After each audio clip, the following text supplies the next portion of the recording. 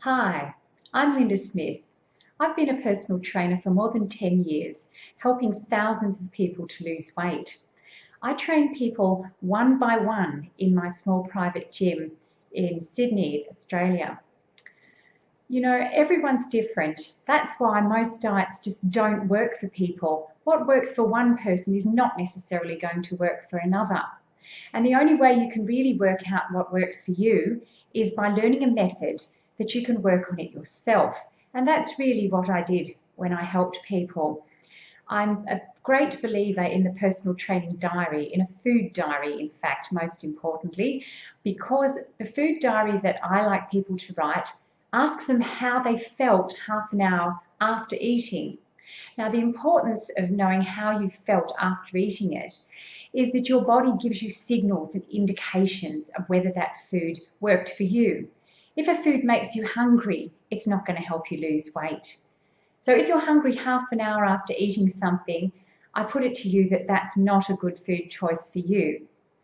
Whereas if something helps you to feel full and satisfied, or satiated, as it's called in the industry, then you know that that's a better choice for you. There are a few basic principles that you need to know about before you embark on this endeavour, just because it will save you a lot of time and energy and frustration. And I think the most important thing to understand is the role of insulin in weight loss. Now, insulin is the body's weight gain hormone because it's the fat storage hormone.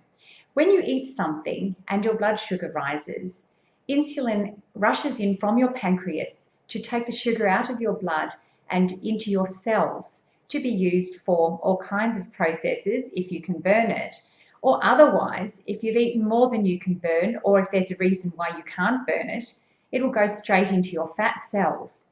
So the basic principle goes, the more insulin that you stimulate, and the quicker you stimulate it, and that depends on the food you eat, the more fat you will store. Now, if you can understand that concept, you will then understand quite clearly that some foods that spike your insulin, or in other words, cause a big rush of insulin from your pancreas, will make you gain weight. What are those foods? Well, number one, we have to look at sugar. Anything with sugar in it. Yes, that even includes fruit, much to most people's surprise. Of course, soda, which we call soft drink here in Australia, is probably the worst culprit because you're just drinking down empty calories. Fruit juice would be equally as bad. In fact, some experts think it's worse. So those two are big no-nos. And then anything else that has sugar added to it. And this could even be something as seemingly innocuous as low-fat yogurt, because of course, when they remove the fat from a product, they have to put something in to make it taste good, and they usually substitute sugar. So all those low-fat products like low-fat yogurt, low-fat muesli, low-fat, anything low-fat, ice cream, anything is going to have more sugar and will therefore make you gain weight, not lose it. So that's a pretty important one to know about. Of course, the next most important thing is the carbohydrates, particularly the starchy carbohydrates. So that means your bread, your rice, your pasta, your biscuits, your cereals, even muesli and oatmeal will help you to gain weight, because the excess calories that you can't burn, and you can't burn very many at once unless you're a marathon runner, are going to go straight into your fat cells. So what does that leave you to eat that's actually not going to be such a problem for you? Well, most people would turn to protein. We all know the protein foods, of course. There's dairy and there's meats and there's fish and there's eggs. Now, proteins are wonderful foods. They're great for bodybuilding and they will help you replenish muscle and damaged tissues, but too much protein does put a strain on your kidneys. So I don't advocate a very high protein diet. What you do need to fill up on is lots and lots of fibrous vegetables. So fibrous vegetables are all the non-starchy ones. So the starchy vegetables are things like potato and sweet potato, and to a lesser extent pumpkin. But the non-starchy ones, things like broccoli, cauliflower, red and green peppers, which we call capsicum, there's zucchinis, there's eggplant, all the salad vegetables. Avocado is really a fruit, but avocado is a wonderful weight loss tool. Avocado helps to fill you up and satiate your appetite, and I think it's an essential part of any salad and a lot of meals.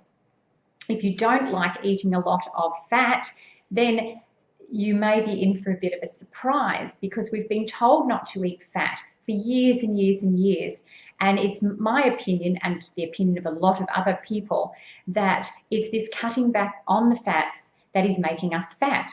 Now, that may seem like it doesn't make sense, because we've been told that fat turns into fat in your cells. Well, I'm trying to tell you the opposite. I'm trying to tell you that sugar is carried by insulin into your cells and made into fat.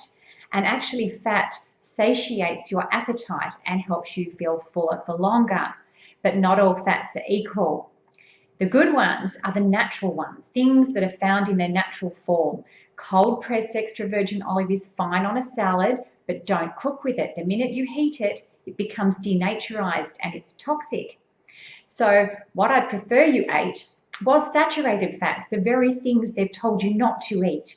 But if you eat your butter and lard and dripping and coconut oil, all those saturated fats are fine for cooking in, and you will find if you eat them, you feel better.